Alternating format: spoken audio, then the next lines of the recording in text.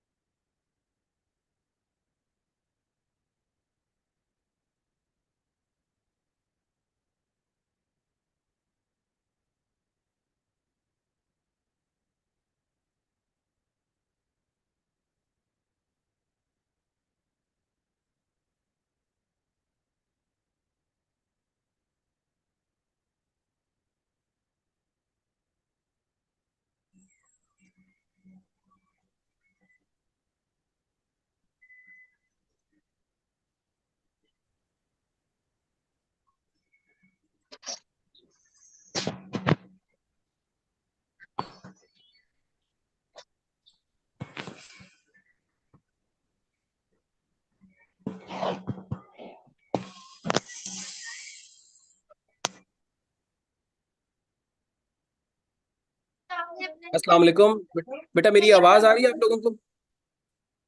जो बच्चे जूम पर अवेलेबल हैं वो भी बता दें मैसेजेस के अंदर, और वो बच्चे जो यूट्यूब के ऊपर लाइव क्लास ले रहे हैं वो भी मुझे बता दें कि उनको मेरी आवाज़ ठीक तरह से आ रही है।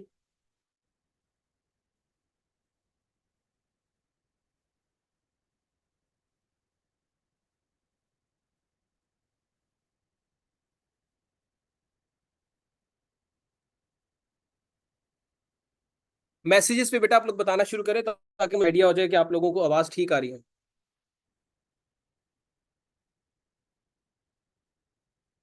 चले ये बच्चे, बाकी स्टूडेंट्स भी आ जाएं, फिर हम लोग स्टार्ट करते हैं। और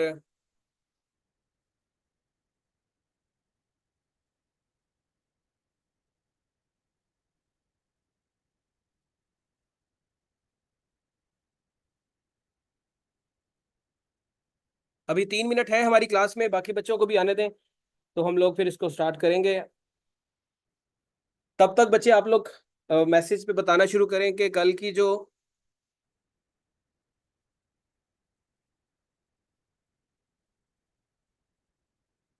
अ, कल की क्लास में जो हमने वोकेबलरी वर्ड्स डिस्कस किए थे वो आपको याद है या भूल गए?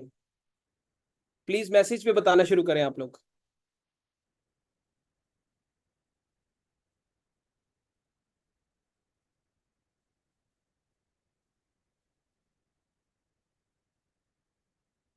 शाबाश, वेरी गुड बेटा, जिनको याद है वेरी गुड, बहुत अ, अच्छी चीज है कि आपको ये चीजें याद है, और इनको बार बार रिपीट करें। जितनी ज्यादा इनकी रेपिटेशन करेंगे उतना ही ज्यादा जो है वो ये आपको वर्ड्स रिटेन रहेंगे।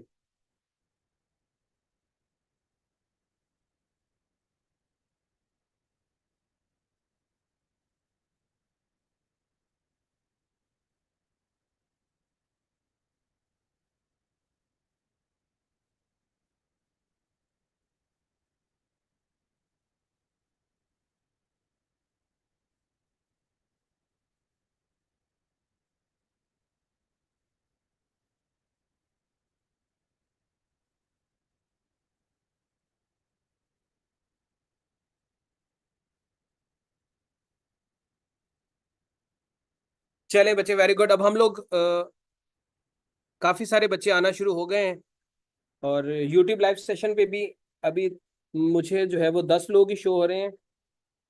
लेट्स सी के अब कितने लोग आगे आते हैं। तो बच्चे, आज हमने जो वोकेबलरी का सेशन अपना लेके चलना है, जो क्लास हमने करनी है, इसके अंदर हमारा मिनिमम टारगेट होगा 50 वोकेबलरी वर्ड्स को तैयार करना। ठीक है, हमारा टारगेट क्या है? 50 वर्ड्स को प्रिपेयर करना। तो आप लोग तैयार हैं फिर इस टारगेट को पूरा करने के लिए?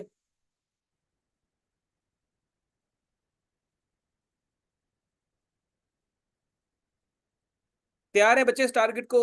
हिम्मत रखनी है, और एक चीज को माइंड में रखना है आप लोगों ने, किसी किस्म की यहां पर आप लोगों ने क्रैमिंग नहीं करनी।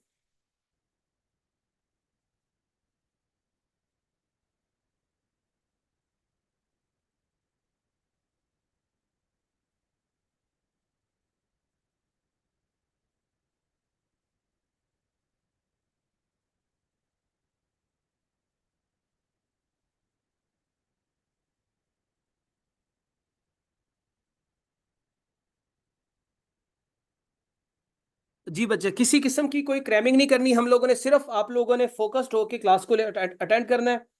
एंड आफ्टर दैट फिर हम लोग देखेंगे कि आज के दिन में आप लोगों ने जो है वो कितने वर्ड सीखे। तो हम लोग स्टार्ट करेंगे, और हमारा जो पहला वर्ड है that is antidote. Antidote, antidote का मतलब क्या होता है? शाबाश। What is the meaning of antidote? Anti का मतलब तो कोई चीज ऑपोजिट हो गई। एंटीडोट का बेटा लफ्जी मतलब होता है, जब किसी चीज का कोई तरियाक होता है, जहर का, जहर को मारने वाली जो दवाई होती है, या जहर का असर खत्म करने वाली जो दवाई होती है, उसको हम क्या बोलते हैं? एंटीडोट बोलते हैं।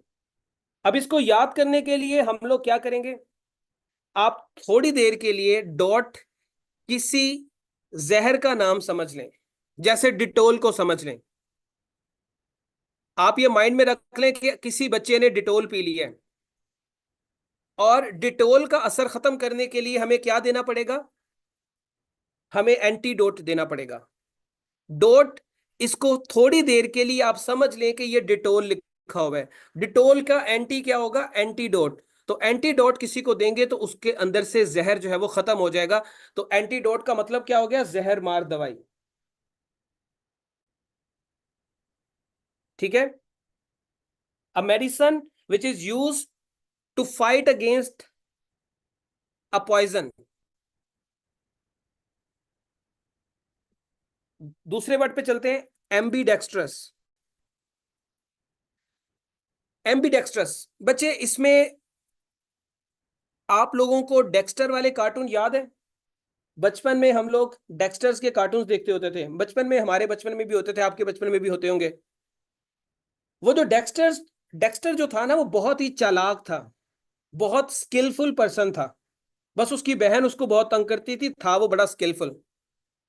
तो एक तो आपने डेक्स्टर से याद रखना है कि जो बंदा डेक्स्ट्रस होता है वो चालाक होता है, डेक्स्ट्रस पर्सन चालाक को बोलते हैं। लेकिन अब यहां पर लिखा हुआ है MB, MB dextrous.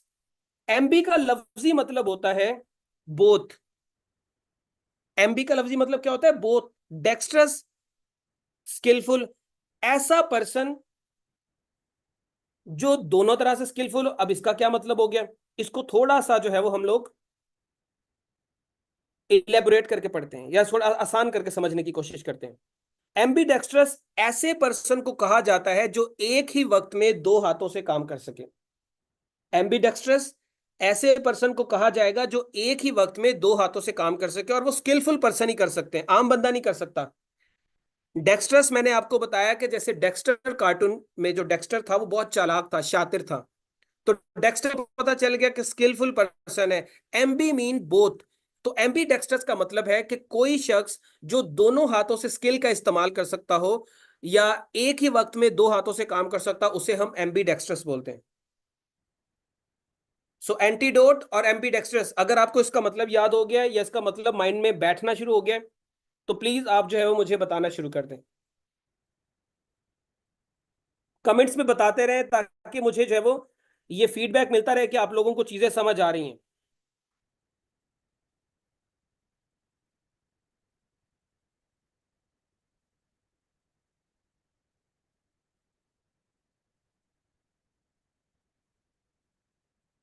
Retrospective multitasker नहीं कह सकते हैं आप लेकिन इसको यही समझ रहे हैं कि एक बंदा जो दो हाथों से काम एट द सेम टाइम कर सकता। उसके बाद नेक्स्ट आ जाता है बेटा रेट्रोस्पेक्टिव। रेट्रोस्पेक्टिव अब आपने एक चीज का याद रखना बेटा, इस हर वो वर्ड जिसमें रेट्रो आता है, हर वो वर्ड जिसमें रेट्रो आता है वहां पर कहीं ना कहीं माजी की बात हो रही होती है, प्रीवियस बात हो रही होती है, पिछले जमाने की बात हो रही होती है, गुज़िश्ता जमाने की बात हो रही होती है। आप बाकी मीनिंग को छोड़ दें, बाकी वर्ड्स को छोड़ दें, आप ये आजमा के देख लें, जब आप रेट्रो के किसी भी वर्ड को पढ़ेंगे तो 95% वहां पर माजी की बात कंसीडर हो रही होगी। तो जिसमें भी आप रेट्रोस्पेक्टिव लफ्ज देखें या रेट्रो का लफ्ज देखें तो उसके मीनिंग में, उसके ऑप्शंस में आपको अगर कहीं पास्ट या टाइम का रेफरेंस मिल रहा हो तो वही आपका जो है वो राइट आंसर होगा। ठीक है, वही आपका क्या होगा, राइट आंसर होगा। तो रेट्रोस्पेक्टिव हम कहते हैं गुज़िश्ता जमाने को, गुजरे हुए जमाने को, पिछले जमाने को। तो ये हमारे हो गए तीन लफ्ज, एंटीडोट, एम्बीडेक्स्ट्रस एंड रेट्रोस्पेक्टिव। उसके बाद नेक्स्ट लफ्ज है ब्रैगट। क्योंकि अभी आप लोग नए बच्चे हैं, थोड़ा सा फ्लो में लाने के लिए आसान से मुश्किल लफ्जों की तरफ जाएंगे। ब्रैगट का लफ्जी मतलब होता है डींगे मारना, शोखियां मारना, शोखबाजी करना। जैसे लोग होते हैं ना, अपनी शोखियां मारते हैं, अपने आप को जो है वो शेखीबाज जिसे हम बोलते हैं, उसको हम ब्रैगट बोलते हैं। अब अगर मैं आप लोगों से पहले पूछूं कि अकॉर्डिंग टू यू इसका निमोनिक क्या बनना चाहिए, तो क्या बनाएंगे आप लोग? जरा मैसेजेस में बताना शुरू करें कि ब्रैगट का निमोनिक क्या बनेगा।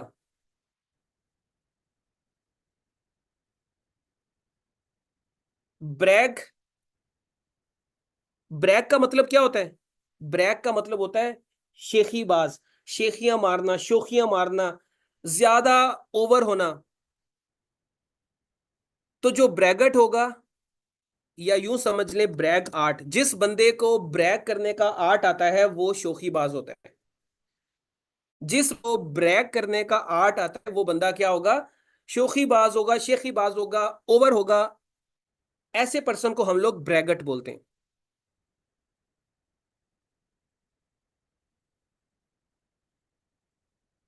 उसके बाद नेक्स्ट लफ्ज आ जाता है मेल वोलेंट। अच्छा बच्चे, एक बात याद रखिएगा, जिस भी लफ्ज में MAL ये वाली रूट आ जाए इसका मतलब नॉर्मली नेगेटिव होता है, बुरा होता है।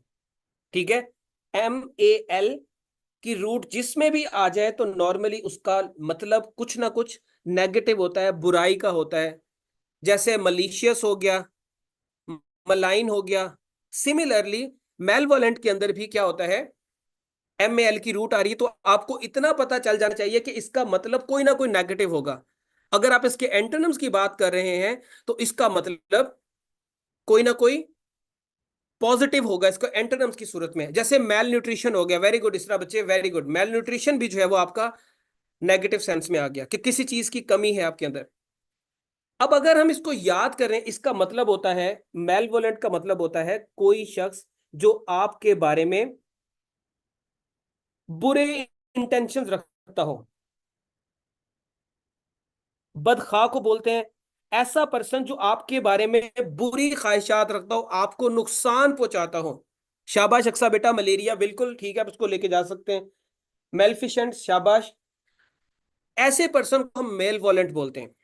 अब इसको जरा हम लोग निमोनिक से याद करने की कोशिश करते हैं। देखिए बच्चे, मेल, माजरत के साथ तमाम मेल हजरात इंक्लूडिंग मी, मैं जो है वो उसकी तरफ नहीं जाऊंगा, सुपर क्या कहते हैं स्टीरियोटाइप्स की तरफ, बट मेल हजरात थोड़े से वायलेंट होते हैं। मेल हजरात थोड़े से वायलेंट होते हैं। तो खवातीन को लगता है कि जो मेल वायलेंट होगा वो उनके बारे में बुरे अंदेशे रखता है, बुरी ख्वाहिशात रखता है, मतलब डोमेस्टिक वायलेंस करना चाहता है। याद रखना ना, कोई भी कहानी बना ले, जरूरी नहीं है कि उसके अंदर लॉजिक हो, बस आपको वो कहानी वर्ड में याद, आप उस कहानी से आपको मतलब याद रहना चाहिए। खवातीन को लगता है कि जो मेल वायलेंट होंगे वो उनको, उनके लिए खतरनाक है, उनको नुकसान पहुंचा सकते हैं। तो मेल वायलेंट का मतलब क्या हो गया? बदखा, आपके बारे में बुरी इंटेंशंस रखना। उसके बाद बच्चे एक बड़ा आसान लफ्ज है एवर, इसका मतलब होता है नफरत करना। ये तो वर्ड सबको पता है ना, जिन जिन बच्चों को एवर का मतलब पहले पता था, इसके निमोनिक्स बनाने की जरूरत नहीं है, वो मुझे मैसेज पे बता दें। अगर आपको एवर का मतलब पहले पता था कि इसका मतलब है नफरत या नफरत करना।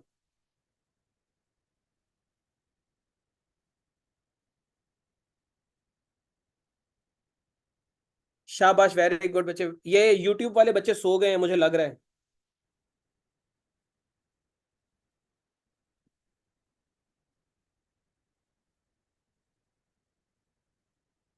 इंडेवर, इंडेवर का मतलब होता है कोशिश करना, किसी चीज को हासिल करने की कोशिश करना।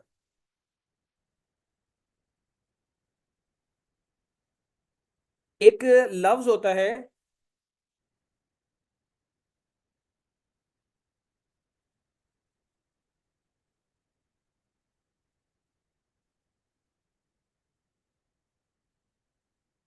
एक मिनट रुक जाए जी। एक लफ्ज होता है डेवर। डेवर का मतलब होता है निगल जाना, किसी चीज को हजम कर लेना, किसी चीज को हजम कर लेना। जब आप इनडेवर कर रहे हैं, किसी चीज को हजम कर रहे हैं, तो आप क्या करते हैं? उसे इंजेस्ट करने की कोशिश कर रहे होते हैं। उसे क्या करते हैं? इंजेस्ट करने की कोशिश करते हैं। तो डेवर का, इन डेवर में आपने क्या करना है? इन किसी भी चीज को समझ लें, मतलब कोई भी ऐसा खाना जो बहुत ज्यादा जो है वो हार्ड है और खाया ही नहीं जा रहा, लेकिन आप उसको डेवर करने की कोशिश करें, उसे निगलने की कोशिश करें, उसे इंजेस्ट करने की कोशिश करें, तो आप इंडेवर कहेंगे। इंडेवर मीन्स कोशिश करना, स्ट्रगल करना, एफर्ट लगाना। इंडेवर मीन्स कोशिश करना, स्ट्रगल करना, एफर्ट करना, ताकि किसी चीज को आप हजम कर सके, खा सके। ये सिर्फ समझाने के लिए मैं आपको बता रहा हूं, इंडेवर का मतलब आपको कोशिश करना याद रखना है। उसके बाद बचे स्ट्रे का लफ्ज, ये तो पता ही है ना, स्ट्रे डॉग्स। स्ट्रे डॉग्स याद है? आवारा कुत्ते जो गली मोहल्लों में फिर रहे होते हैं, जिनको जो है वो बाद में फिर म्यूनिसिपैलिटी की गाड़ी आके जो है वो उठा के ले जाती है।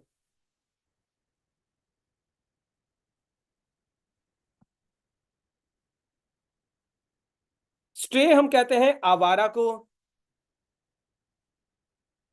जो बंद, जो चीज, मतलब जिसके ऊपर किसी किस्म की रिस्ट्रिक्शन हो, अपनी मर्जी से जहां पर मर्जी फिरे, कोई लिमिट्स ना हो उसके ऊपर, किसी चीज के ऊपर, ठीक है, किसी लिमिट से बाहर हो, तो उसको हम स्ट्रे कहते हैं कि ये खुला छोड़ा हुआ है इसको, इस पर्सन को।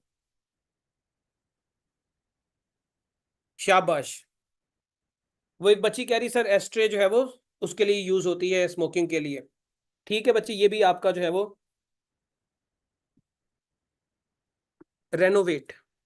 रेनोवेट का मतलब भी बहुत सारे बच्चों को जो है वो पता होगा। क्या मतलब होता है बेटा रेनोवेट? रेनोवेट का मतलब होता है किसी चीज को बेहतर करना, किसी चीज को दोबारा से फ्रेश करना, किसी चीज को नया बनाना, किसी चीज में दुरुस्तगी करना, किसी चीज को बेहतर बनाना, ठीक है, या किसी चीज में नयापन लाना। अब इसको याद कैसे करना है? अगर हम री और नोवेट को अलग अलग कर लें, आपको पता है जिस भी ओ वी की रूट आ जाए, नॉर्मली उसका मतलब होता है नया, न्यू का मतलब होता है। जैसे नोवाइस हो गया, जैसे नॉवल हो गया, ठीक है। तो नोवेट का मतलब होता है नया, री का मतलब दोबारा से, रेनोवेट किसी चीज को दोबारा से नया करना। तो रेनोवेट, हम अपने घरों की रेनोवेशन कराते हैं, साल बाद 2 साल बाद अपने घरों को रेनोवेट करते हैं। उसके बाद नेक्स्ट लफ्ज आ गया बेटा आपका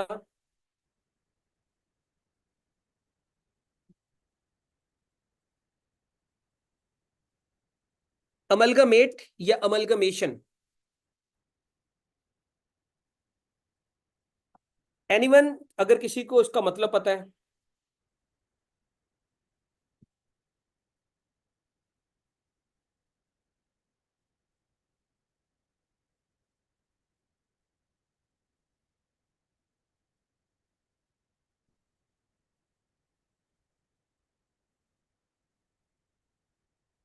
आपको बच्चे वो याद है, केमिस्ट्री के अंदर हमने एक लफ्ज पढ़ा था अमलगम। याद है किसी किसी को? केमिस्ट्री के अंदर एक लफ्ज पढ़ा था अमलगम। जिस जिसको याद है प्लीज मैसेज पे बता दें। अमलगम का मतलब क्या होता था? अमलगम अमलगम का मतलब होता था मिक्सचर। ठीक है, मिक्सचर या ब्लेंड। मिक्सचर या ब्लेंड को बोलते थे हम अमलगम। तो फिर अमलगमेट का मतलब क्या हो गया? अमलगमेट का मतलब हो गया इकट्ठा होना, मिल जाना, दो चीजों का यूनाइट हो जाना, ये दो से ज्यादा चीजों का यूनाइट हो जाना, that is amalgamate. Amalgam chemical chemistry की टर्म है जिसका मतलब है मिल जाना या मिक्स हो जाना या ब्लेंड हो जाना या कंबाइन हो जाना। तो अमलगम से अमलगमेट, और अमलगमेट से अमलगमेशन, अमलगमेट से अमलगमेशन। सो ये 10 वर्ड्स हमने पहले अभी देखे हैं बेटा। अब जल्दी से मुझे बताएं कि आप लोगों को इसका जो है वो ये वर्ड याद हो गया? जिस जिस बच्चे को ये 10 वर्ड्स याद हो गए, प्लीज मैसेजेस पे बताना शुरू करें, यस या नो में। जी जी, गुमराह होता है इसका मतलब। शाबाश बेटा, मैसेज पे बताना शुरू कर दें ताकि फिर हम लोग अगले 10 की तरफ जो है वो मूव करें। आई रिपीट, आप लोगों ने रट्टा नहीं लगाना। रट्टा नहीं लगाना, सिर्फ और सिर्फ रिलेशन याद रखना है कि कौन सी चीज किस तरीके से काम कर रही है। एंड आफ्टर दैट आपको खुद ब खुद ही ये वर्ड याद होना शुरू हो जाएगा। और एभर का मतलब बेटा मैंने बताया था नफरत। एंटीडोट का मतलब होता है जहर मार दवा, जहर को खत्म करने वाली दवा। अब हम अगले स्टॉप पे चलते हैं जो कि हमारा नेक्स्ट 10 वर्ड्स का होगा। इसमें लफ्ज है ड्रोजीनेस। ड्रोजीनेस का मतलब क्या होता है बच्चे, आपको याद है? वो कहता है आई आई एम फीलिंग ड्रोजीनेस, या तुम मुझे ड्रोजी ड्रोजी फील हो रहा है। मेडिसिन हम जब लेते हैं तो वहां पे लिखा होता है कि ये आपको ड्रोजीनेस भी फील करवा सकती है। ड्रोजीनेस कहते हैं, ड्रोजी से याद रखना, ड्रोजी कहते हैं हम लोग फीलिंग स्लीपी। ठीक है, जब आपको चक्कर आ रहे होते हैं, जब आपको गनूदगी आ रही होती है तो तब आप ड्रोजी फील करते हैं। तो ड्रोजीनेस का मतलब गनूदगी में होना, थकावट में होना, सोया हुआ महसूस करना, feeling sleepy, this is drowsiness. उसके बाद आयोटा।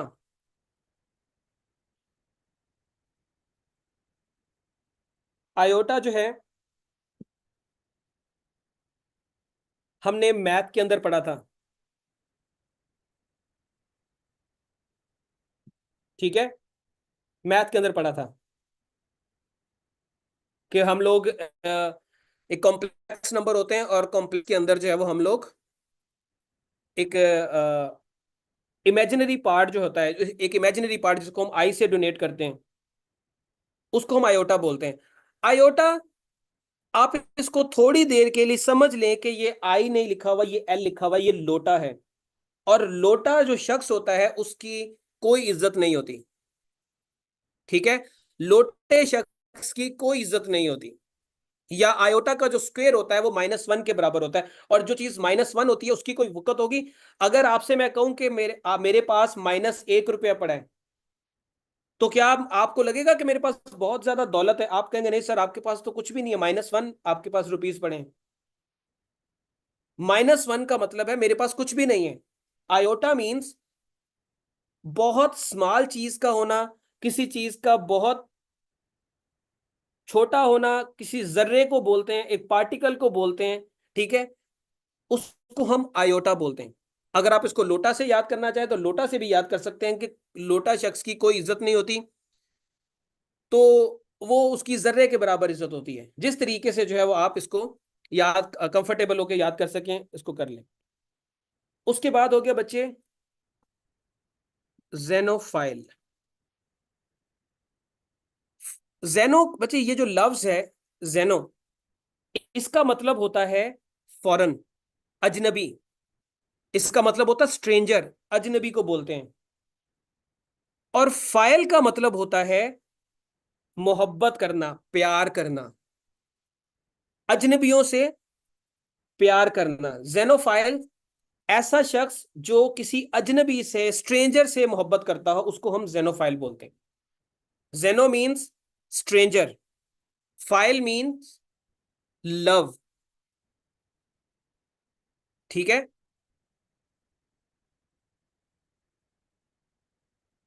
बिल्कुल सफिया बेटा ठीक कह रही हैं आप, बिल्कुल सही कह रही हैं।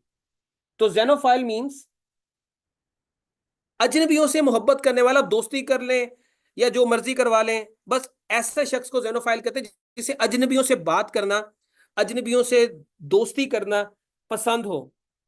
ऐसे शख्स को जेनोफाइल बोलते हैं। जेनोफोबिया, इसका जल्दी से आप लोग जो है वो मीनिंग इसका आप लोग गेस करेंगे, जेनोफोबिया का क्या मतलब होता है।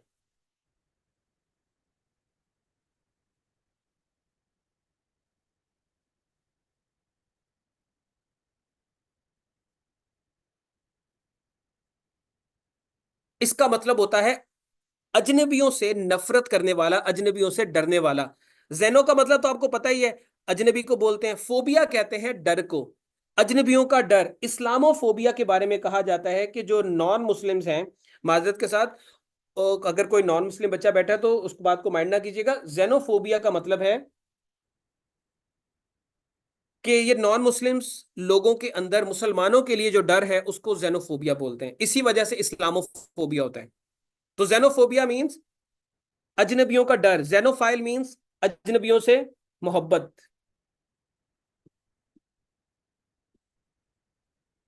ऑडेशियस, ऑडेशियस का मतलब होता है ऐसा शख्स जो साबित कदम हो, जो अपनी बात से पीछे ना हटता हो। ठीक है। जो अपनी बात से पीछे ना हटता हो उसको हम कहते हैं ऑडेशियस। जो डरता ना हो, जिसके अंदर किसी किस्म का कोई डर ना हो, उसको हम ऑडेशियस बोलते हैं। अब इसको याद कैसे करना है बच्चे, ये आप यूं समझ लें।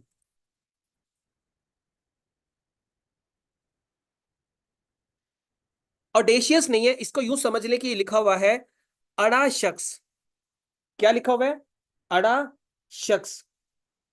अब जो अड़ा शख्स होगा, वो शख्स जो बात बात पे अड़ जाए, जो अपनी जिद पे खड़ा हो जाए और उससे पीछे ना हटे, तो वो बहादुर होता है, वो ढीठ होता है, साबित कदम होता है। जो आप उसे कहना चाहे कह सकते हैं। सेंस आपने बहादुर की लेके आनी, साबित कदम की लेके आनी। आप इसको ढीठ भी कंसिडर कर सकते हैं कि यार ये बंदा बड़ा ढीठ है, ये पीछे नहीं हटता, ये हर बात पे अड़ जाने वाला शख्स है। तो ये ऑडेशियस है। वैसे भी आपको पता है कि हिंदी जुबान के अंदर जो इंडिया में लोग हैं, वो आर की जगह लफ्ज डी को यूज करते हैं to pronounce R. For example, वो अगर कहेंगे जी धड़कन, लफ्ज लिखेंगे तो वो इसको इस तरह लिखते हैं, धड़कन लिखते हैं। पढ़ते हुए उसको धड़कन है, लेकिन वो इसको लिखते धड़कन ही है। हम लोग DHARKN लिखेंगे, वो DHADKN लिखेंगे। तो इसी तरह आप यूं समझ लें कि ये डी नहीं लिखा हुआ बल्कि ये आर लिखा हुआ है। तो ये अड़ा शख्स है, अड़ा शख्स जो अपनी बात पे अड़ जाए, जिद्दी, साबित कदम। उसके बाद बच्चे नेक्स्ट आ जाता है हमारा लफ्ज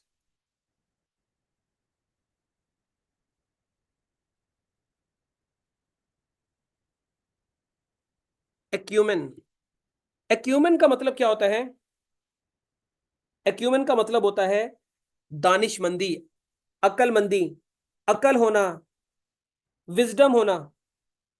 उसको हम एक्यूमेन बोलते हैं। किसी बंदे के अंदर जहानत होना, समझदारी होना, वो उसका एक्यूमेन कहलाता है। इसको अगर हम यूं याद कर लें, मर्दों के अंदर एक्यूट लेवल की अक्लमंदी पाई जाती है। मर्दों के अंदर एक्यूट लेवल की अक्लमंदी पाई जाती है। ऊपर हमने मर्दों को थोड़ा सा रुस्वा कर दिया था, यहां पे इनको खुश कर देते हैं। एक्यूट मेन, मर्दों के अंदर शदीद किस्म की जो है वो अक्लमंदी पाई जाती है। तो अक्यूमन या मैन आर एक्यूलमंड। आप अक्लमंद को भी आप एक्यूमन कह सकते हैं कि मैन आर, एक्यूमन को थोड़ी देर के लिए अक्लमंद समझ लें। ये एक बच्ची ने जो है वो जूम पर जो है वो बताया कि सर मैन आर अक्लमंद, तो एक्यूमन दानिशमंदी, अक्लमंदी को जो है वो आप कंसिडर करेंगे। उसके बाद नेक्स्ट लफ्ज की तरफ जाते हैं और वो है सबमर्ज। सबमर्ज का मतलब होता है डूब जाना। एक्सीलेंट, शाबाश शाबाश। एक्यूमेन को एक बच्ची ने बताया सर आईक्यू मैन कर लें। आईक्यू मैन, आईक्यू मैन का मतलब है मर्दों का आईक्यू ज्यादा होता है, याद करने के लिए, या मर्दों के अंदर आईक्यू होता है। वेरी गुड बच्चे, ये जिस बच्ची ने बताया फेसबुक पे यूट्यूब पे, एमन अब्बास उनका नाम है, एंड बड़ी परफेक्ट उन्होंने जो है निमोनिक बताई है। बाकी बच्चे भी जो है वो इसको जो है वो लगाना शुरू करें। मैंने आपको एक बात बताई है, जो निमोनिक्स होती है, निमोनिक्स की कोई सेंस नहीं होती, सिंपली दे हेल्प कि आप अपने वर्ड्स को जो है वो रिटेन कर सके, माइंड में याद रख सकें। अब सब मर्ज की तरफ आते हैं। बच्चे मर्ज का मतलब क्या होता है? किसी चीज में पूरे का पूरा दाखिल हो जाना, इसी को बोलते हैं ना सबमर्ज। तो आप अगर यूं समझ लें सब मर्ज, जब हर कोई, तमाम लोग, सब लोग मर्ज हो गए हैं, तो उसका मतलब है वो किसी चीज में डूब चुके हैं। सब लोग मर चुके हैं, सब लोग डूब चुके हैं, तो सबमर्ज का मतलब क्या होना? डूबना। सबमर्ज मीन्स डूब जाना या डूबना।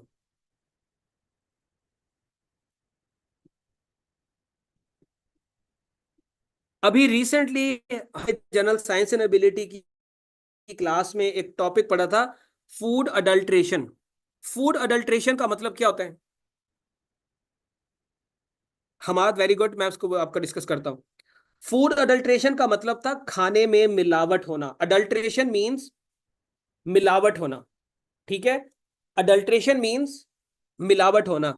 तो फूड अडल्ट्रेशन से याद रखना है कि adulteration is equal to food adulteration, जिसका मतलब है मिलावट होना खाने में। तो अडल्ट्रेशन मिलावट को बोलेंगे और फूड जो है वो खाने को बोलेंगे।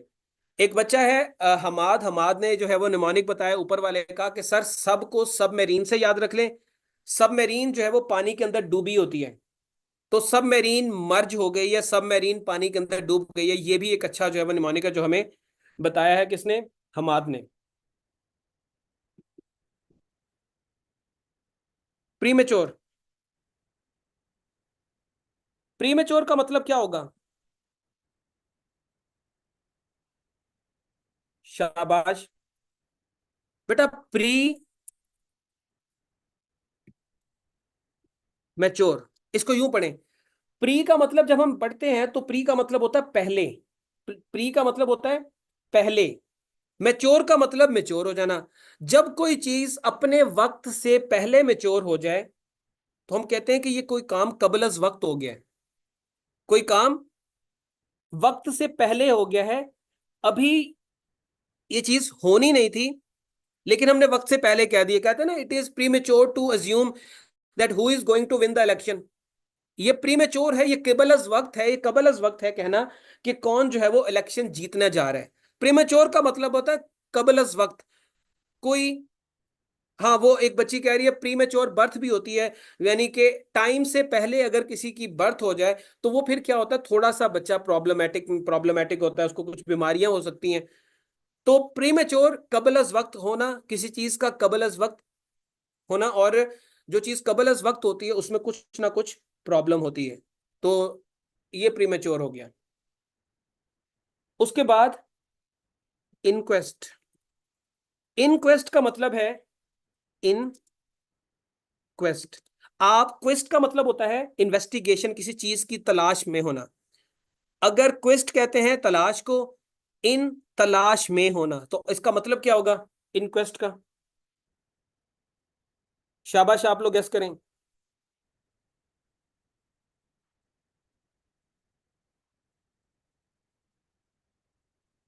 इनक्वेस्ट का मतलब होता है किसी चीज के बारे में इंफॉर्मेशन लेना, किसी चीज के बारे में इन्वेस्टिगेशन करना, उसको हम इनक्वेस्ट बोलेंगे। बेटा हमारे वर्ड्स हो चुके हैं 20। कितने बच्चे ऐसे हैं जिन्हें रट्टा लगाए बगैर 20 वर्ड्स माइंड में बैठना शुरू हो गए। ये 20 वर्ड जो अभी तक डिस्कस किए हैं उनके माइंड में बैठना शुरू हो गए। क्वेश्चन से भी याद कर सकते हैं, बिल्कुल ठीक है। इसको मैसेज पे जरा बताना शुरू करें यस से, अगर आपको याद होना शुरू हो गए तो।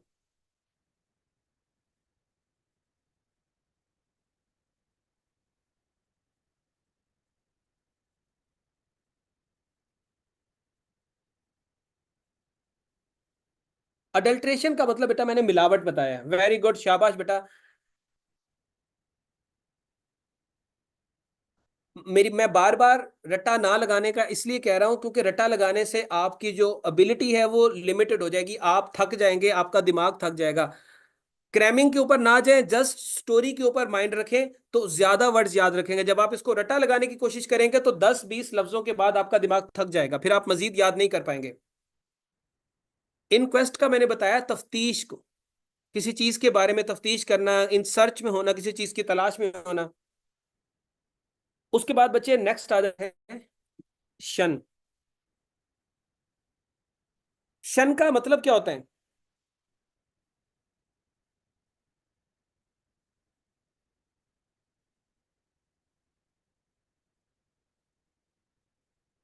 शन का मतलब होता है बचान, बचना, बचना, अवॉइड करना। ठीक है, इसका मतलब क्या होता है? बचना। अब इसका निमोनिक क्या बनेगा?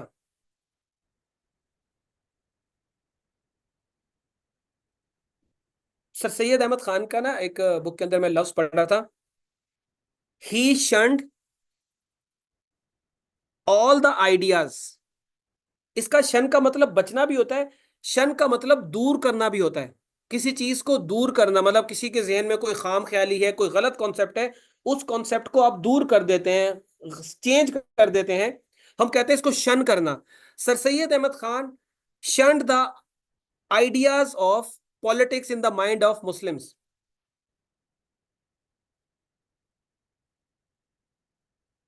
सन कर दे गर्मी से भी बचते हैं, ठीक है। हाँ, शन, वो एक बच्ची ने लिखा हुआ है सन is so far from us. सन जो है वो हमसे दूर है। ठीक है, शन को आप गुनाह भी समझ सकते हैं। ठीक है, तो शन का मतलब हो गया किसी चीज को दूर करना, किसी चीज से बचाना, अवॉइड करवाना। ठीक है, बचाना इसका मतलब होगा। एक बच्चा बार बार पूछ रहा है कि sir what is the meaning of adulteration. बेटा मैंने अडल्ट्रेशन का मतलब बताया था, इसका मतलब होता है मिलावट। फूड अडल्ट्रेशन से आपने याद रखना है। ये भी ठीक है सबा बेटा, ये भी आपका जो है वो सही है, इस तरीके से आप इसको याद कर सकते हैं। एप्ट, एप्ट का मतलब क्या होता है? एप्ट का मतलब होता है मौजू होना, किसी चीज का एप्रोप्रिएट होना, किसी चीज का एप्रोप्रिएट होना। बच्चे अगर आप जरा उसको गौर से पढ़ें तो क्या एप्ट जो है वो एप्रोप्रिएट का मीनिंग नहीं दे रहा?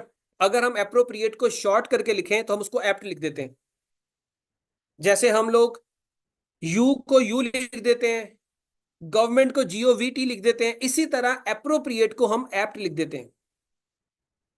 एप्ट मींस किसी चीज का एप्रोप्रिएट होना, मुनासिब होना, मौजू होना।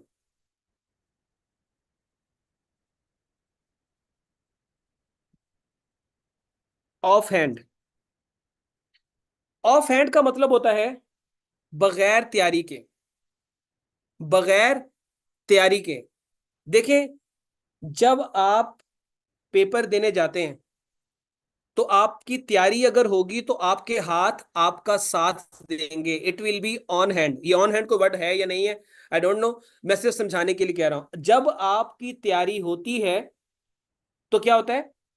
आपका हाथ आपका साथ देता है, वो ऑन हैंड हो गया। और अगर आपका हाथ आपका साथ ना दे रहा हो तो आप कहते हैं कि आपकी तैयारी नहीं है, तो वो क्या हो जाएगा, ऑन हैंड या of hand? Of hand. Of hand का मतलब है आपके हाथ ऑफ हो चुके हैं, वो काम नहीं कर रहे बिकॉज आपकी तैयारी नहीं है। ऑफ हैंड मीन्स बगैर तैयारी के, ऑफ हैंड मीन्स बगैर तैयारी के। उसके बाद एक लफ्ज है एडिबल। ये तो जिस जिस बच्चे को इसका मतलब पता है प्लीज इसका मतलब बताना शुरू करें कि एडिबल का क्या मतलब होगा। कहते हैं एडिबल ऑयल, ये एडिबल ऑयल है, ये चीज एडिबल है, ये चीज खाने के काबिल है। एडिबल मींस इसको आप ईटेबल भी कह सकते हैं, ईटेबल भी कह सकते हैं, खाने के काबिल होना। कोई चीज जब खाने के काबिल होती है तो वो क्या होती है, एडिबल होती है। उसके बाद आगे आ जाते हैं।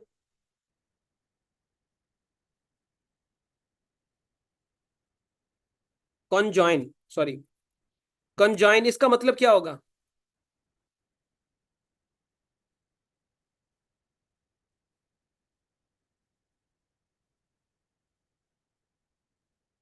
कॉन्जॉइन का मतलब होता है जोड़ना।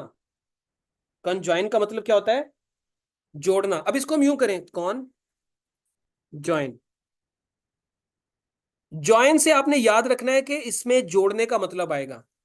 और कौन कहते हैं फ्रॉडियों को, धोखेबाज को। कौन ज्वाइन, सारे धोखेबाज इकट्ठे रहते हैं, जुड़ के रहते हैं। कौन ज्वाइन, ठीक है, कौन ज्वाइन, धोखेबाज जुड़ के रहे हुए, जुड़ के रहते हैं, ठीक है। इसको कम ज्वाइन, एक बच्चा कह रहा है, अमार असलम अरसलान कह रहे हैं कि सर ये कॉम ज्वाइन भी हो जाता है, वो भी ठीक है, कम ज्वाइन ये भी ठीक है।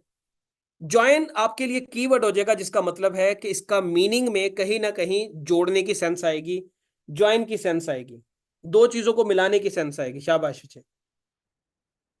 उसके बाद नेक्स्ट लफ्ज आ जाता है हमारा सरचार्ज। सरचार्ज का मतलब होता है जब आपके ऊपर एक्स्ट्रा चार्ज हो, उसको क्या बोलते हैं, सरचार्ज। जैसे आजकल बिजली के बिलों के ऊपर जो है वो सरचार्जेस लगे हुए हैं, इजाफी टैक्स लगे हुए हैं। सर चार्ज, जब आपको चार्ज किया जाता है तो आपके सर पे बोझ पड़ता है। जब आपको एक्स्ट्रा चार्ज किया जाता है तो आपके सर पे बोझ पड़ता है, तो सर चार्ज हो जाता है। सर चार्ज होगा तो इंसान को गुस्सा आएगा, ज्यादा टैक्सेस पे इंसान को गुस्सा आता है, ज्यादा बिजली के बिलों पे आजकल इंसानों को गुस्सा आ रहा है, बिजली के बिलों को ही आग लगा रहे हैं खड़े होके। सर चार्ज इजाफी टैक्स, ठीक है, इजाफी टैक्स को बोलते हैं। उसके बाद नेक्स्ट वर्ड आ गया आपका इम्परमिएबल। बेटा आप लोगों को याद होगा, कुछ चीजें परमिएट होती हैं। परमिएट किस चीज को कहा जाता है, वो चीज जो किसी दूसरी चीज में दाखिल हो सके, हम कहते हैं कि ये परमिएबल है, ये दूसरी चीज में दाखिल हो सकती है, ठीक है। और अगर किसी लफ्ज के पीछे हम लोग आई एम लगा दें तो नॉर्मली उसका मीनिंग उलट जाता है। जैसे पॉसिबल के पीछे इम लगाए तो इम्पॉसिबल। बेटा ये सारी टेक्निक्स हम आगे जाके डिस्कस करेंगे अपने सेशन के अंदर। आज फर्स्ट डे है तो बच्चों को थोड़ा सा फ्लो में लाना है, तो मैं कह रहा हूं कि आज ज्यादा से ज्यादा वर्ड्स हम याद कर लें, लेकिन आगे जाकर और बहुत सारी टेक्निक्स इंक्लूडिंग सेंटेंसेस भी हम लोग करेंगे। जैसे पॉसिबल के पीछे इम लगाएंगे तो वो इम्पॉसिबल हो जाएगा, मैकुलेट के पीछे इम लगाएंगे तो इमैकुलेट हो जाएगा, मीनिंग चेंज हो जाएगा। इसी तरह परमिएट का मतलब है किसी चीज में दाखिल हो जाना, अगर उसके पीछे इम लगाएंगे तो फिर क्या बन जाएगा, इम्परमिएट या इम्परमिएबल। इम्परमिएबल का मतलब क्या होगा, किसी चीज में दाखिल ना होना, कैन नॉट पास। शाबाश,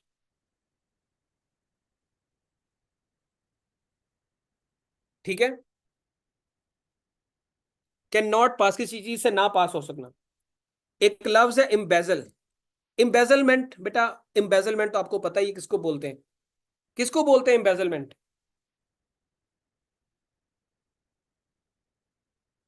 करप्शन के सेंस में हम लोग पढ़ते हैं एम्बेजलमेंट ऑफ मनी, पैसे की खुर्द बुर्द, पैसे की करप्शन,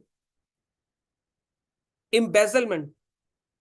एम्बेजल का मतलब क्या होगा, पैसे को चुराना, पैसे की करप्शन करना। आप इसको सिंपली करप्शन के मीनिंग में जो है वो याद रखें, एम्बेजल। एम्बेजल ये बड़ा कॉमन वर्ड है, अब इसकी जो है निमोनिक्स मेरे जहन में नहीं आ रहा कोई, लेकिन नॉर्मली ये करप्शन की टर्म है, करप्शन के जो है वो सेंस में इसको यूज किया जाता है, एम्बेजलमेंट ऑफ मनी।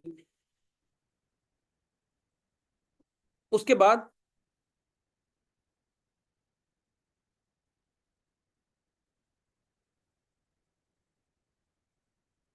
रिकॉन्टियर। रिकॉन्टियर का मतलब क्या होता है? इसको हम दो लफ्ज, दो पार्ट्स में डिवाइड कर लेते हैं।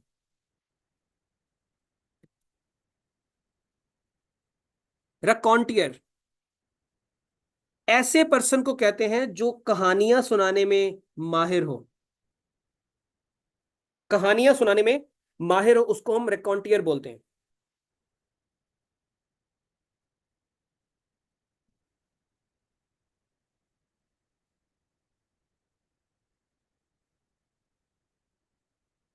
कौन का मतलब मैंने अभी ऊपर आपको बताया था, कौन कहते हैं फ्रॉडिये शख्स को, जो धोखेबाज होता है। और कहानियां कौन सुनाता है? जिसने आपके साथ धोखा करना होता है। राकॉन्टियर। अब इसमें कौन से तो हमें याद हो गया कि धोखेबाज है। और धोखेबाज ही बार बार आपको जो है वो कहानियां सुनाता है। या इसको आप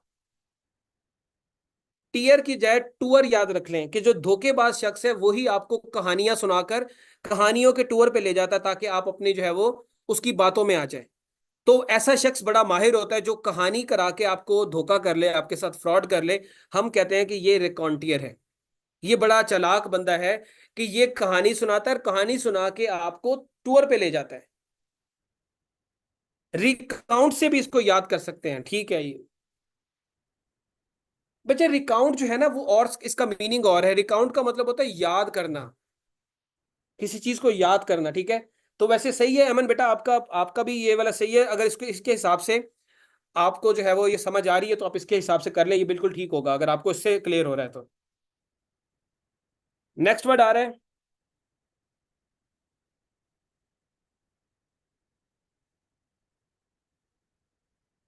पुसिलैनिमस।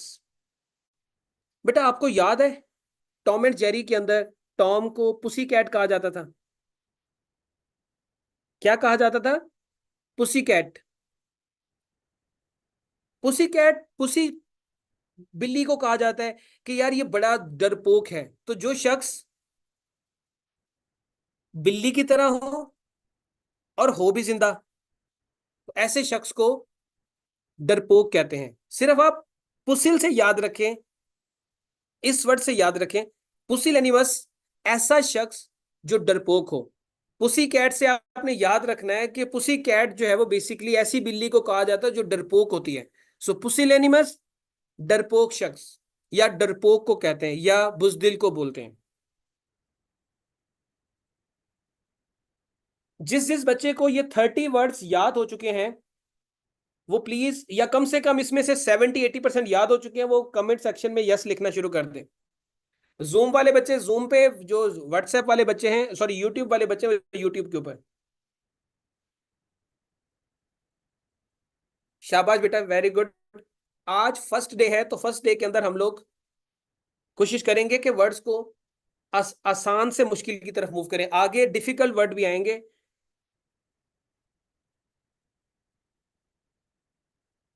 नहीं बच्चे, ये सिर्फ ट्रायल क्लासेस हैं। ये जो एक बच्ची पूछ रही है कि सर क्या ये पब्लिक होंगी, तो नहीं बेटा, ये 2 से 3 ट्रायल क्लासेस हैं। उसके बाद ये सेशन फिर हमारा प्राइवेट हो जाएगा, और ये सिर्फ और सिर्फ जो हमारे रेगुलर स्टूडेंट्स हैं, जो इनरोल्ड स्टूडेंट्स हैं, उनके साथ ही चलेगा। इसकी एक आज की क्लास, कल की क्लास हो चुकी है, एक आज की है और एक कल होगी। तो 3 ट्रायल क्लासेस जो है वो ये लाइव यूट्यूब के ऊपर जाएंगी।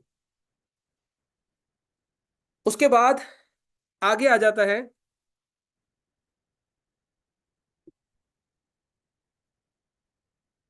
अभी बच्चे हम लोगों ने जो निमोनिक्स का हिसाब लगाया है, उसके हिसाब से क्या आप इसका मीनिंग गैस कर सकते हैं? आयोटा का मतलब होता है बहुत छोटा होना, मामूली सा होना। ये जो वर्ड है इसका मीनिंग आप गैस कर सकते हैं जो अभी हमने।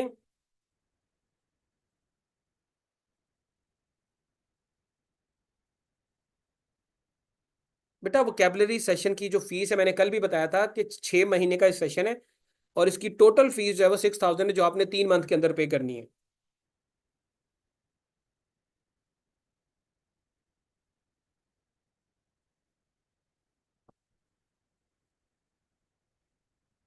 जी बच्चे,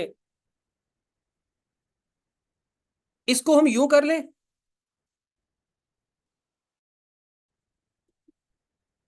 मैं आपको एक मजे की बात बताता हूं। हम लोग, इसका मतलब, हम लोग जो है ना, एक यूनिवर्सिटी टाइम में एक टूर पे गए। वहां पर एक दोस्त ने एक खास किस्म का सेंट, खास किस्म का परफ्यूम लगाया था। उसकी खुशबू इतनी अच्छी थी कि वो आज भी मेरे माइंड में है। और जब भी मैं उस सेंट को सुनता हूं तो मुझे वही माजी की याद आ जाती है। उसी टाइम की याद आ जाती है कि यार वो बड़ा अच्छा टाइम था। तो रिमेनिसेंट, ऐसी सेंट जो आपको माजी की याद दिला दे। तो रेमिनिसेंट का मतलब होता है माजी की याद आना, reminding of something in past. माजी में किसी चीज की याद आना।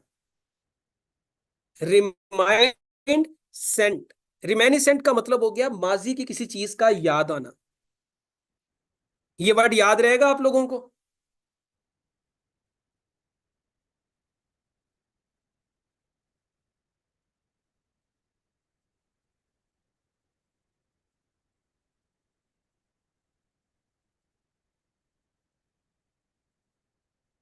उसके बाद लफ्ज हैं, ये दो लफ्ज हैं, लॉल और लल। आमिर खान की एक मूवी है, पहले मैं इसको बताता हूं। आमिर खान की एक मूवी है पीके, जिसमें वो एक भगवान को लेके भाग रहे होते हैं और कहते हैं ये तो लुल हो गए। याद है आप लोगों को सीन पीके मूवी का, जिसमें वो कहता है ये तो लुल हो गए, 2 मिनट में लुल हो गए। उसका मतलब क्या होता है? लल या इसको लुल जो भी आप पढ़ें, इसका मतलब होता है खामोश हो जाना, सो जाना, बैठ जाना, या किसी चीज का बेजान हो जाना, उसको हम कहते हैं। या किसी चीज की बैटरी खत्म हो जाना, या किसी चीज का चुप हो जाना, या किसी चीज को सुकून में आ जाना, यानी कि बिल्कुल ऐसे लगे जैसे वो सो गई है, सुस्त हो गई है, उसको हम कहते हैं लल या लुल। इसी तरह ऊपर वाला जो लफ्ज है लोल, एक तो इसका मतलब ही सेम वही मतलब है जो नीचे वाले लल का है। तो आप दोनों को जो है वो स्पेलिंग याद कर ले, दोनों का मतलब ही सोना है। दोनों की स्टोरी वही पीके वाली माइंड में रखें कि लोल और लल, दोनों का मतलब है सुस्त हो जाना, खामोश हो जाना, चुप हो जाना। बिल्कुल ठीक है कश्माला बच्चे, बिल्कुल ठीक आपने जो है वो ये भी बताया है। उसके बाद नेक्स्ट वर्ड की तरफ मूव करते हैं। ये क्लैंटल, क्लैंटली जो है वो एक लफ्ज है, it is a French word. Clientele, ये फ्रेंच वर्ड है। इस वर्ड को देख के आपके जहन में क्या आ रहा है? इस वर्ड को देख के आपके जहन में क्या मीनिंग आना चाहिए, किसका क्या मीनिंग होगा? क्लाइंटली का मतलब क्या आना चाहिए आपके माइंड में?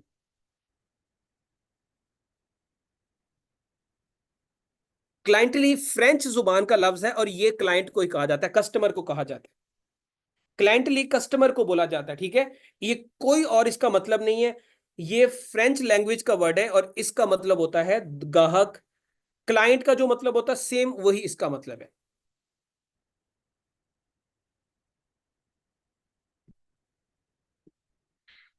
पोजियर, बेटा इसका मतलब क्या होगा पोजियर का? वैसे लफ्ज को देख के अंदाजा लगाने की कोशिश करें।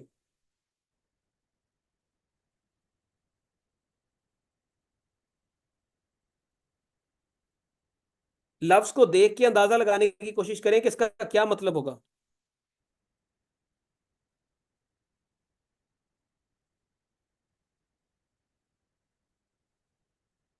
पोजियर मींस ऐसा शख्स जो पोज बनाता हो। और इसका पोजियर का असल असल मतलब पता है क्या? इसका असल मतलब है आप वो बनते हैं जो आप हैं नहीं। मतलब आप वो बनते हैं जो आप हैं नहीं। फॉर एग्जाम्पल, जब आप पिक्चर्स बना रहे होते हैं, आप नए नए पोज बना रहे होते हैं, नए नए पोज बना रहे होते हैं, स्टाइलिश बन के दिखा रहे होते हैं, हालांकि आप स्टाइलिश होते नहीं हैं। आप पाउच बना रहे होते हैं, पता नहीं वो लड़कियां मुंह का क्या करती हैं, वो लड़के भी आजकल करना शुरू हो गए, मुंह को गोल करा उसे पाउच कहते हैं या क्या कहते हैं उसको। वो बना, आप सारी जिंदगी पाउच बना के तो नहीं बैठे होते, वो आपका पोज होता है। इसी तरह आप जो है वो बाजू खोल के सर पे हाथ रख के अलामा इकबाल की तरह सर पे जो है वो हाथ हाथ का स्टाइल बना के आप बैठे होते हैं, वो पोज होता है आपका। और पोज आपका जेन्युइन नहीं होता, वो बस दिखावे का होता है। तो ऐसा शख्स जो सिर्फ पोजर हो, इसको आप पोजियर की बजाय पोजर याद कर ले, जो हर वक्त पोज देता हो ना वो चीज, असल ना दिखाता हो, सिर्फ पोज देता हो, ऐसे शख्स को कहते हैं दिखावा करने वाला, ठीक है, या धोखा देने वाला। पाउट, अच्छा मैं पाउच कह रहा हूँ, उसे पाउट कहते हैं, ठीक है भाई, उसे पाउट कहते हैं, हम सॉरी भाई मुझे इसका याद नहीं है, तो उसे पाउट कहते हैं, ठीक है। तो लड़कियां जो है वो जब पाउट करती हैं तो एक्चुअली दे आर पॉजियर, वो बनने की कोशिश कर रही होती है जो वो नहीं होती। लड़के भी पॉज देते हैं, मतलब शेर के साथ खड़े होते हैं लेकिन बिल्ली से डर जाते हैं या कुत्ते से डर लग रहा होता है, तो हमें भी डर लगता है चीजों से। तो पोजियर मीन्स वो शख्स या वो पर्सन जो प्रिटेंड करे कि वो ये है बट वो होती नहीं है चीज, या कुछ।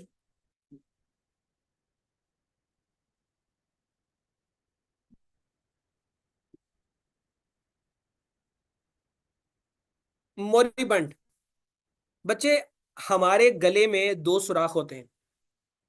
हमारे गले में क्या होते हैं? दो सुराख है ना, एक खाने की नाली और एक सांस की नाली के लिए, एक सांस के लिए और दूसरा खाने के लिए।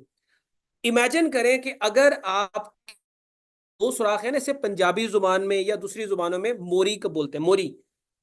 अगर किसी शख्स की गले की मोरी बंद हो जाए तो क्या होगा? वो जिंदा बचेगा या मर जाएगा? मोरी बंद।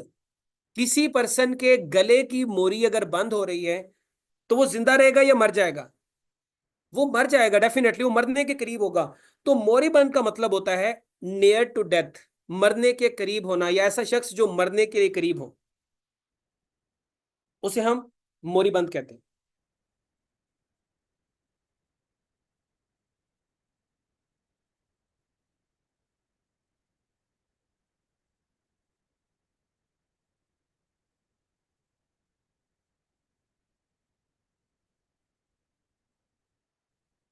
रिजुविनेट।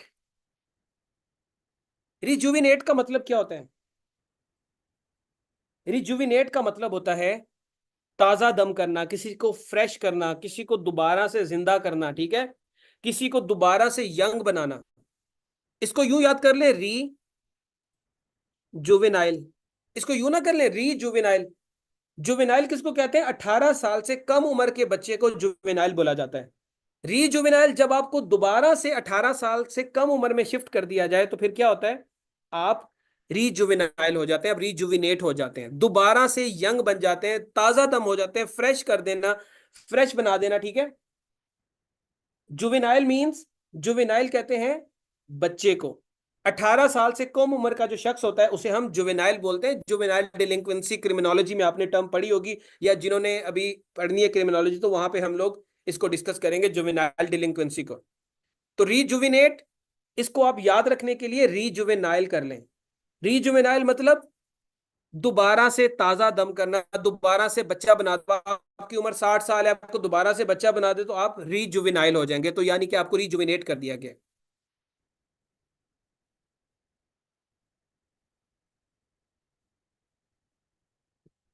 डलड। बेटा, डलड का मतलब याद करना बहुत आसान है। इसको अड की बजाय आप समझ लें ये डल आर्ट लिखा हुआ है। डल रहने का आर्ट किसी किसी को ही आता है, हर किसी के पास ये आर्ट नहीं होता कि वो डल रहे। डलड कहते हैं सुस्त इंसान को। सुस्त रहना भी एक आर्ट होता है, हर इंसान हर वक्त सुस्त नहीं रह सकता। ये बड़ी कम काम, क्या कहते हैं, बड़ी टैलेंट की चीज होती है कि आपको हर वक्त ही नींद चढ़ी हुई है या आपको हर वक्त ही सुस्ती चढ़ी हुई है। तो डलड कहते हैं ऐसे शख्स को जो डल रहने का आर्ट कर सकता हो, आर्ट जानता हो। डलड कहते हैं सुस्त को। डलड क्या होता है? सुस्त।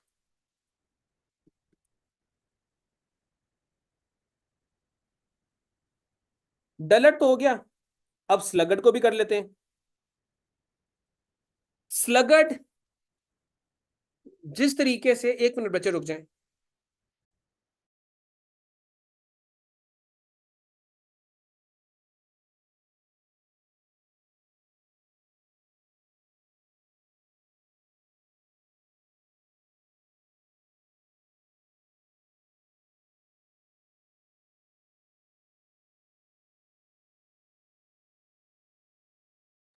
जी बच्चे, स्लगिश याद है आप लोगों को? स्लगिश कौन होते हैं? वो लोग जो सुस्त होते हैं, हमने पढ़ा ना स्लगिश, स्लगड, ये भी सुस्त होता है, स्लगिश से स्लगड।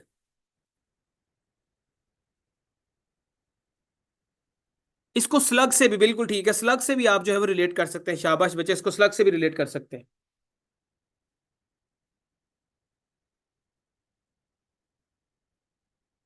उसके बाद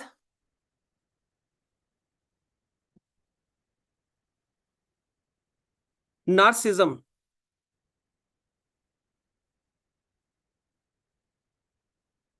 नार्सिज्म बच्चे, आप में से कितने बच्चे ऐसे हैं जिन्होंने पंजाबी ऑप्शनल के तौर पे रखा हुआ है पीएमएस में या सीएसएस में?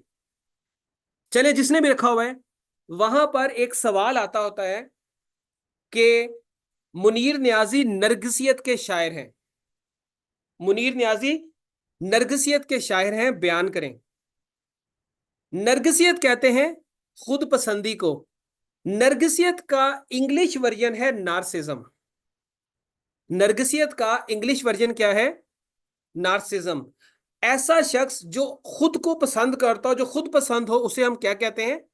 नार्सिज्म, नार्सिस्ट पर्सन कहते हैं, और इस खुसूसियत को, इस आदत को हम नार्सिज्म बोलते हैं। ठीक है, इस खुसूसियत को हम क्या बोलेंगे? नार्सिज्म।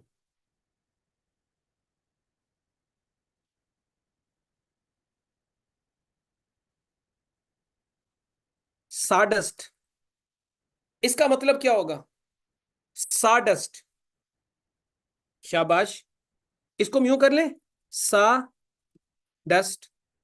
सा कहते हैं आरी को, डस्ट कहते हैं डस्ट को। आरी से डस्ट पैदा होना, आरी से जो डस्ट पैदा होती है वो लकड़ी का चूरा होता है, लकड़ी का बुरादा होता है, तो साडस्ट कहते हैं लकड़ी के बुरादे को। वो देखा ना, जब आप किसी कारपेंटर के पास जाते हैं तो उसके पास साडस्ट पड़ा होता है। चले बच्चे, ये 41 वर्ड्स हो गए हमारे। मुझे अब ये बात बताएं कि अभी तक ये 41 वर्ड्स में से कितने परसेंट आपके माइंड में रिटेन है?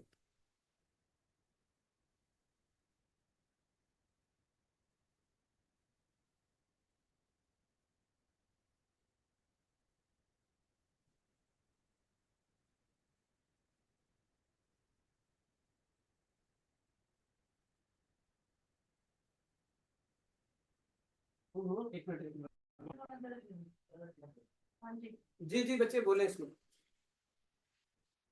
यहां तक 90% याद हो गए हैं, काफी बच्चों को सारे याद हो गए हैं, सबा को सारे याद हो गए माशाल्लाह।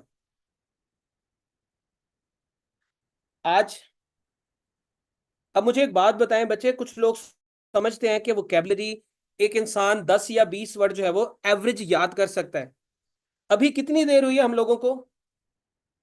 हम लोगों को इस क्लास को शुरू करते हुए भी 1 घंटा तकरीबन होने वाला है। इस 1 घंटे के अंदर अप्रोक्सीमेटली हमने 41 वर्ड्स जो है वो याद कर लिए, और किसी किस्म की मेंटल स्ट्रेस, मेंटल प्रेशर लिए बगैर आपने सारे लफ्ज तैयार किए। अभी और भी लफ्ज हम डिस्कस करेंगे।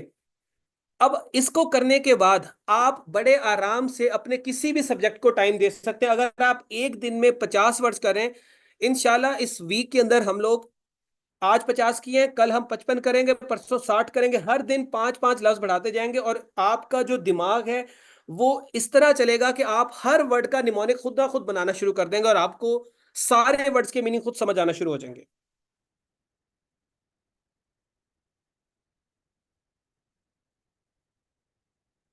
मैं आपको गारंटी से कहता हूं कि आप लोग बगैर किसी मेंटल स्ट्रेस के, कुछ लोग कह रहे थे कि ऐसा हो ही नहीं सकता, इट इज इम्पॉसिबल कि आप लोग एक दिन के अंदर एक इंसान जो है वो 10 या 20 या 30 वर्ड याद कर सके, 50 तो बड़ी दूर की बात है।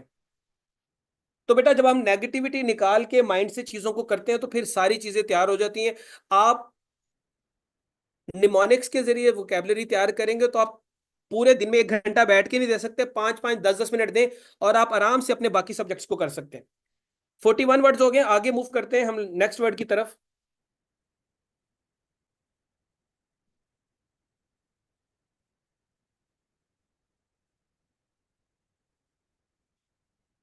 और वो हमारा नेक्स्ट वर्ड है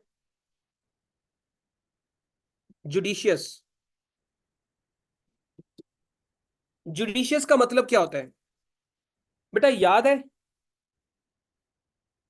जुडिशरी, जुडिशरी क्या काम करती है? लोगों को इंसाफ देती है। जुडिशरी क्या करती है? लोगों को इंसाफ देती है, लोगों को इंसाफ प्रोवाइड करती है। ठीक है। और किसी को इंसाफ देने के लिए आपके अंदर क्या होनी चाहिए? जजमेंट की सलाहियत होनी चाहिए आपके अंदर, एबिलिटी होनी चाहिए टू डिसाइड, टू जज। तो फिर जुडिशियस क्या होगा?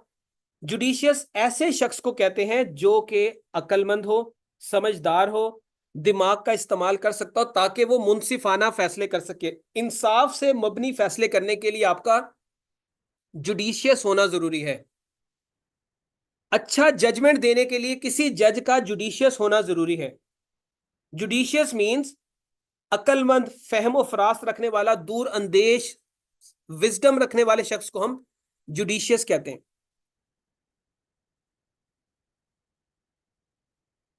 आपने बच्चे एक लफ्ज सुना होगा, dwarf.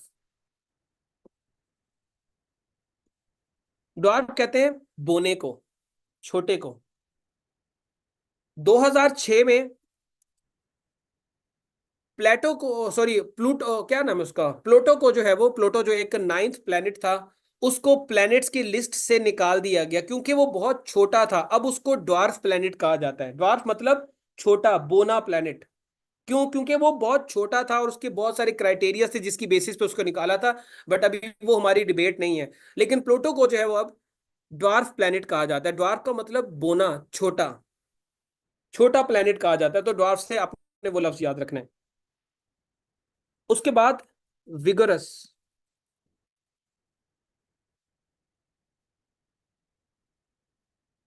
He studied with full vigour. इसका मतलब क्या होता है?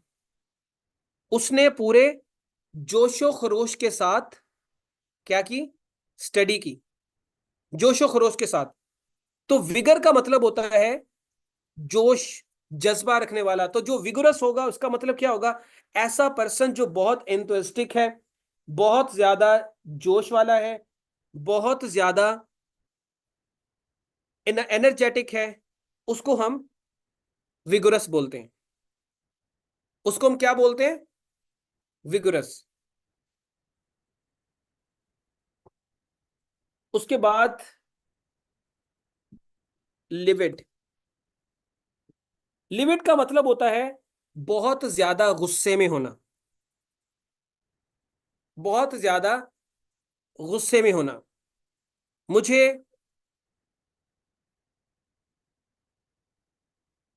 एक मैच याद है, 2017 में पाकिस्तान और हिंदुस्तान की चैंपियंस ट्रॉफी हो रही थी।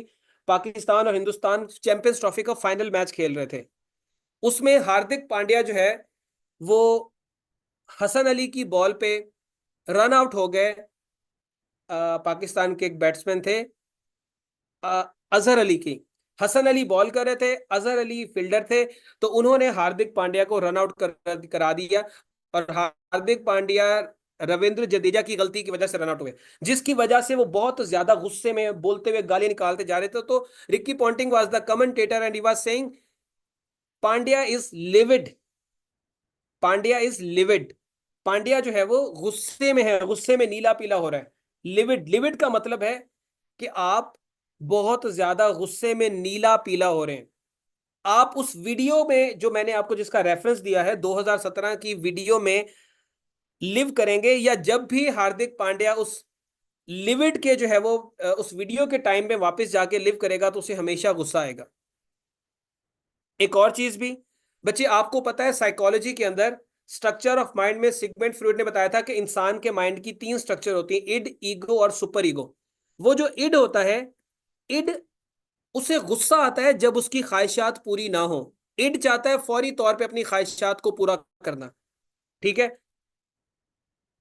तो आज के दौर में जिंदा रहना बड़ा मुश्किल है, महंगाई बहुत है। तो इड जो है वो उसे गुस्सा आता है, वो हर वक्त नीला पीला रहता है ताकि वो अपनी जिंदगी को आसानी से गुजार सके। बच्चे कोई भी इसका कॉम्बिनेशन बना ले, मैंने आपको 2-3 कहानियां बता दी हैं। लिविड का मतलब नीला पीला होना, गुस्से में, गुस्से में होना बहुत ज्यादा, ये इसका जो है वो मतलब है। उसके बाद और क्या हो सकता है? टिमिड का मतलब बेटा आपको पता है?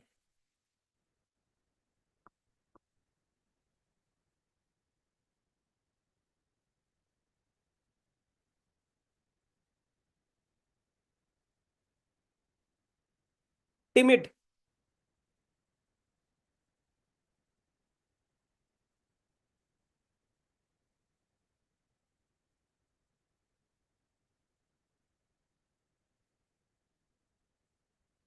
लिमिट का टिमिड का मतलब होता है डरपोक, ये इसका मतलब है, आपको वैसे बड़ा कॉमन है, टिमिड जो है वो डरपोक को कहते हैं, बुजदिल को कहते हैं।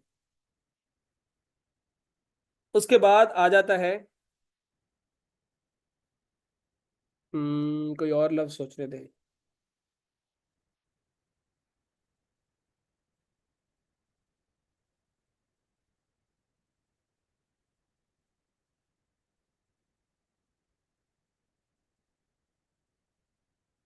पार्सिमोनियस।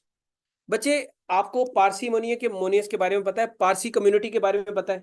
पारसी मजहब के लोग कराची में बहुत ज्यादा तादाद में, बहुत ज्यादा तो नहीं, छोटा सा एक तबका उनका जो है वो कराची में रहता है, ज्यादातर कराची में ही रहते हैं। वो जो पारसी कम्युनिटी है, वो अपनी कंजूसी की वजह से बड़ी मशहूर है, कि वो लोग थोड़े से कंजूस होते हैं। पार्सिमोनियस। यहां पर MONI भी लिखा हुआ है, इसको आप पैसे से याद कर लें, पैसे से याद कर लें।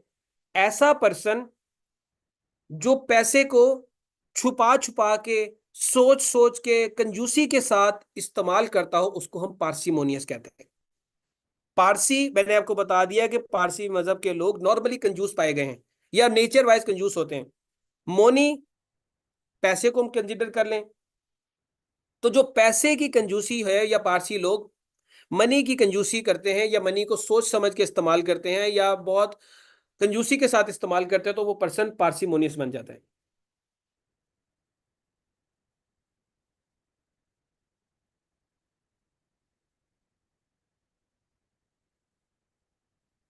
प्रोडिजल,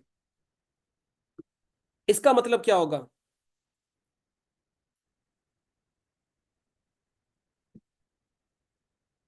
बेटा प्रोडिजल का मतलब होता है फजूल खर्च। जो शख्स बहुत ज्यादा फजूल खर्च हो, उसे हम प्रोडिजल बोलते हैं। अब इसको हम कैसे करेंगे? इसको अगर हम यूं कर ले, प्राउडी गर्ल, प्राउडी गर्ल, या इसको प्राउड गर्ल कर दें, जो भी कर दें, वो लड़की जो प्राउडी गर्ल होती है, या प्राउडी होती है, वो फजूल खर्च भी होती है नॉर्मली।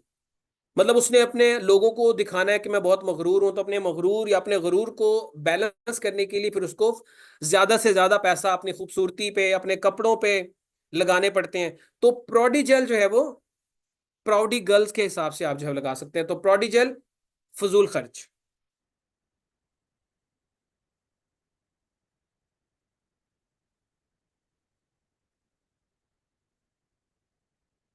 उसके बाद बेटे आपका लफ्ज आ जाता है लैक्रिमोज। हमारी आंखों में एक ग्लैंड होता है जिसे लैक्रिमल ग्लैंड कहते हैं, आप लोगों को पता है उसका काम क्या होता है? लैक्रिमल ग्लैंड का मतलब क्या, या क्या काम होता है? What is the function of lacrimal gland? Lacrimal gland का काम होता है हमारी आंखों से आंसू निकालना, या आंखों में आंसू प्रोड्यूस करना, टेयर प्रोडक्शन जो है वो उसका काम होता है। अगर हम इसको लैक्रीमोज को याद रखें, लैक्री से याद कर लें, लैक्री मोज, आंसू पैदा करना। आंसू किसके निकलते हैं? आंसू बेटा किसके निकलते हैं? उस शख्स के जो उदास होता है, रंजीदा होता है, गमगीन होता है। आंसू उसके निकलते हैं जो गमगीन होता है, उदास होता है, रंजीदा होता है। तो हम कह सकते हैं लैक्रिमोस, आंसू निकालने वाला, उदास, गमगीन, रंजीदा, ये हम कह सकते हैं बेटा इसको।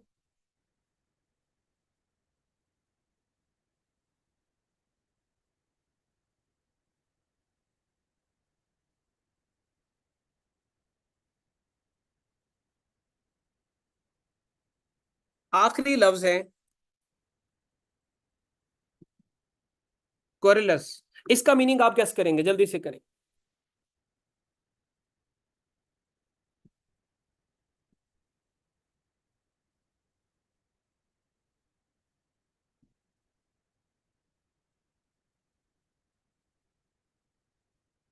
क्वेरुलस कहते हैं झगड़ालू शख्स को, जो हर वक्त लड़ता हो। क्वेरल से निकला है, ये क्वेरल से निकला है, झगड़ालू को बोलते हैं, लड़ने वाला, जो हर वक्त शिकवे शिकायत करता हो, हर वक्त उसके पास कोई ना कोई चुगली करने के लिए, शिकायत लगाने के लिए, झगड़ा करने के लिए कोई ना कोई बहाना हो, उसको हम कहते हैं झगड़ालू। तो ये बच्चे हो गए हमारे 50 words. Please type in message section और कमेंट सेक्शन, अगर आप लोगों को ये 50 वर्ड्स में से कम 90 वर्ड्स भी याद हो चुके हैं, तो प्लीज आप लोग यस टाइप करना शुरू कर दें। पार्सिमोनियस का बेटा मैंने मतलब बताया है, कंजूस को बोलते हैं।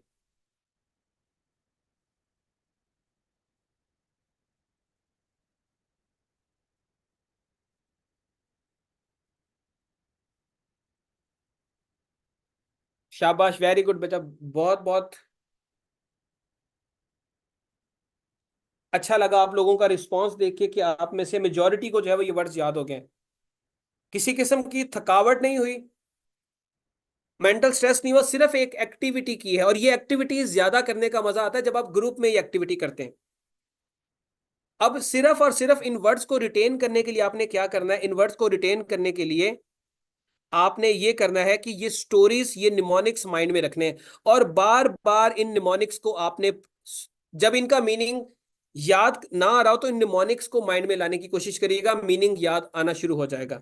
इसका स्क्रीनशॉट ले लें आप लोग, और फिर आप इसको प्रैक्टिस करिएगा। और कल तीसरी क्लास होगी आपकी ट्रायल, उसके बाद फिर आप लोगों को जितने मैंने वोकेबलरी वर्ड्स करवाए हैं इसका एक टेस्ट लेंगे आप लोगों से। आप लोगों से एक टेस्ट लिया जाएगा, और देखते हैं कि कितने बच्चे उसमें जो है वो क्या स्कोर लेते हैं। 3 दिन की क्लासेस हो जाएंगी, और चौथा जो है वो आपका टेस्ट हो जाएगा, और वो टेस्ट आप लोगों को जो है वो प्रोवाइड कर दिया जाएगा व्हाट्सएप ग्रुप्स में। तो वहां से आपको अपनी परफॉर्मेंस का, अपनी लर्निंग का पता चल जाएगा कि कितना अभी जो है वो आपने लर्न किया है।